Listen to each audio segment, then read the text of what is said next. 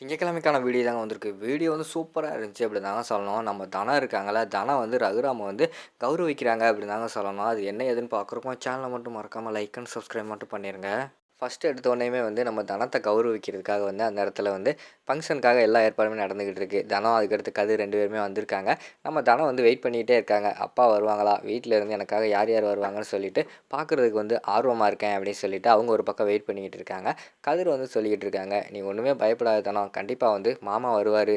உன் வெற்றிக்கு அவர் தான் முக்கியமான காரணம். கண்டிப்பா வருவார். நீ ஒண்ணும் கவலைப்படாத." அப்படிங்கிற மாரி சொல்லிக்கிட்டு இருக்காங்க. ஆனா, அவர் வந்து வர்ற மாரி தெரியல. ஆனா, வீட்ல எல்லாருமே அவர் நம்ம ரகுராமுக்கு தெரியாம போயி தனத்துக்காக வந்து ஃபங்க்ஷன் அட்டெண்ட் பண்ணணும்னு சொல்லிட்டு வந்துடுறாங்க. நம்ம மணி வந்து வந்துடுறாங்க. அதுக்கடுத்து நம்ம சிவராமு, மாயா ஜானகி சொல்லவே வேணாம். அவங்க வந்து வீட்ல யார் என்ன சொன்னாலும் எப்படினாலும் வந்துருவாங்க. அவங்க 4 பேருமே அந்த இடத்துக்கு வந்துடுறாங்க.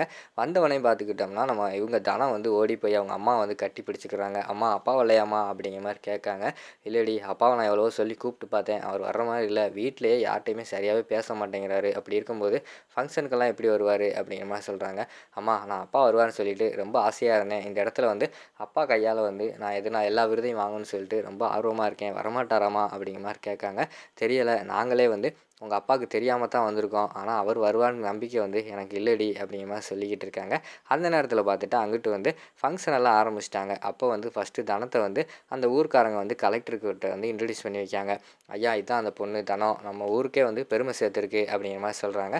தனம் வந்து, "வணக்கம் சார்." அப்படிங்கிற மாரி சொல்றாங்க. "வணக்கம்மா.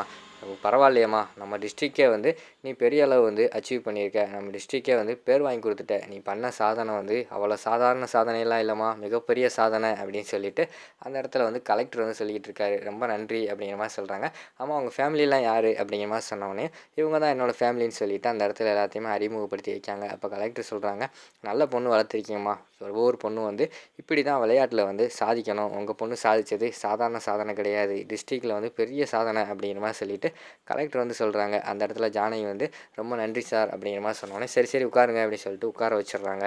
அதுக்கடுத்து வந்து ஃபங்க்ஷன் எல்லாம் பயங்கரமா நடந்துகிட்டு இருக்கு. அப்ப கலெக்டர் வந்து சொல்லிக்கிட்டு இருக்காங்க, பெண்கள்லாம் எந்த அளவுக்கு வந்து முன்னேறணும் அப்படின்னு சொல்லிட்டு தனத்த வந்து ஒரு எடுத்துக்காட்டா சொல்லி, "இந்த பொண்ணு வந்து இந்த சின்ன வயசுலயே இந்த அளவுக்கு சாதிச்சிருக்குன்னா, உங்களால எல்லாராலயுமே வந்து சாதிக்க முடியும். அந்த பொண்ணு மாரி வந்து நம்மளும் சாதிக்கணும்." அப்படிங்கிற மாரி சொல்லிட்டு அந்த இடத்துல வந்து மோட்டிவேஷன் ஸ்பீச் எல்லாம் பயங்கரமா குடுத்துக்கிட்டு இருக்கிற மாரி காட்டுறாங்க. குடுத்து முடிச்சதுக்கப்புறம் தனத்துக்கு வந்து அந்த இடத்துல விருது, அதுக்கடுத்து வந்து காசு நெறைய பரிசெல்லாம் குடுக்குற மாரி தான் காட்டுறாங்க. அந்த பரிச வந்து தனம் வந்து வாங்கிடுறாங்க. இருந்தாலும் அவங்க மனசுக்குள்ள வந்து ஒரு கஷ்டம் இருக்கு. இந்த இடத்துல வந்து நம்ம அப்பா இருந்தா எவ்வளோ நல்லாயிருக்கும். கடைசி வரைக்கும் அப்பா வரலையே அப்படின்னு சொல்லிட்டு அவங்க ஃபீல் பண்ணிக்கிட்டே தான் அந்த பரிசெல்லாம் வாங்குறாங்க. வாங்கிட்டு வந்தோனே வீட்ல உள்ள எல்லாருமே சந்தோஷமா இருக்காங்க. "சூப்பர்டி சாதிச்சிட்ட." அப்படிங்கிற மாரி சொல்லிட்டு அவங்க அம்மாலாம் சொல்லிக்கிட்டு இருக்காங்க. "அம்மா என்ன சாதிச்சாலும் இதுக்கு காரணம் வந்து அப்பா தாம்மா. எனக்கு அப்பா தாம்மா வேணும்." அப்படிங்கிற மாரி சொல்றாங்க. "என்னடி பண்றது? நீ பண்ண காரியத்தினால அப்பா வந்து கோவத்துல இருக்காரு. போக போக வந்து உன்னை புரிஞ்சுக்கிருவாரு. சரியா?" அப்படிங்கிற மாரி சொல்றாங்க. "சரிம்மா, எனக்கு அப்பா வந்து என்னை ஏத்துக்கிருவார்ன்னு நம்பிக்கை இருக்கு. இருந்தாலும் எனக்காக ஒரு உதவி செய்யுமா." அப்படிங்கிற மாரி சொல்றாங்க. "சொல்லுடி." அப்படிங்கிற மாரி சொன்னோனே, "இந்தாம்மா நான் வாங்கின பரிசு எல்லாத்தையுமே கப்பு எல்லாத்தையுமே கொண்டு போய் அப்பா கிட்ட குடும்மா. இது வந்து அப்பாவுக்கு தான் சேரும். நான் இந்த அளவுக்கு விளையாடுறேன்னா அதுக்கு முக்கியமான காரணம் வந்து அப்பா தான். அப்பா இல்லைன்னா இதெல்லாம் நடந்திருக்க வாய்ப்பே கிடையாது. அதனால இதெல்லாம் அப்பாட்டயே குடுத்துரும்மா." அப்படிங்கிற மாரி சொல்றாங்க. அந்த இடத்துல வந்து நம்ம ஜானகி வந்து கட்டி பிடிச்சுக்கிட்டு, "சரி, நீங்க 2 பேரும் பார்த்துருங்க. எதுவும் ஒண்ணுனா எங்களுக்கு கால் பண்ணுங்க." அப்படின்னு சொல்லிட்டு அவங்கள்ட்ட சொல்லிட்டு வீட்டுக்கு வராங்க. வீட்ல வந்து ரகுராம் வந்து அதே கட்டில்ல வந்து கடுப்பா உட்காந்துக்கிட்டு இருக்கிற மாரி தான் காட்டிக்கிட்டு இருக்காங்க.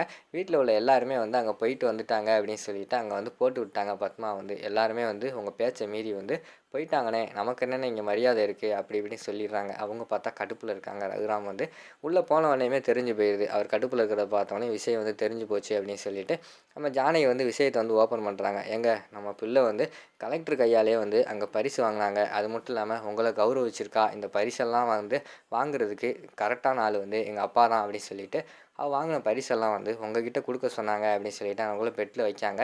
"ஏன் ஜானகி, நீ நிரூபிச்சிட்டல்ல. என்ன இருந்தாலும் வந்து தாலி கொடிய விட தொப்புள் கொடி தான் உனக்கு முக்கியம்னு சொல்லிட்டு நீ நிரூபிச்சிட்டல்ல." அப்படின்னு சொல்லிட்டு பயங்கரமான கடுப்புல கேட்குற மாரி தான் காட்டிக்கிட்டு இருக்காங்க.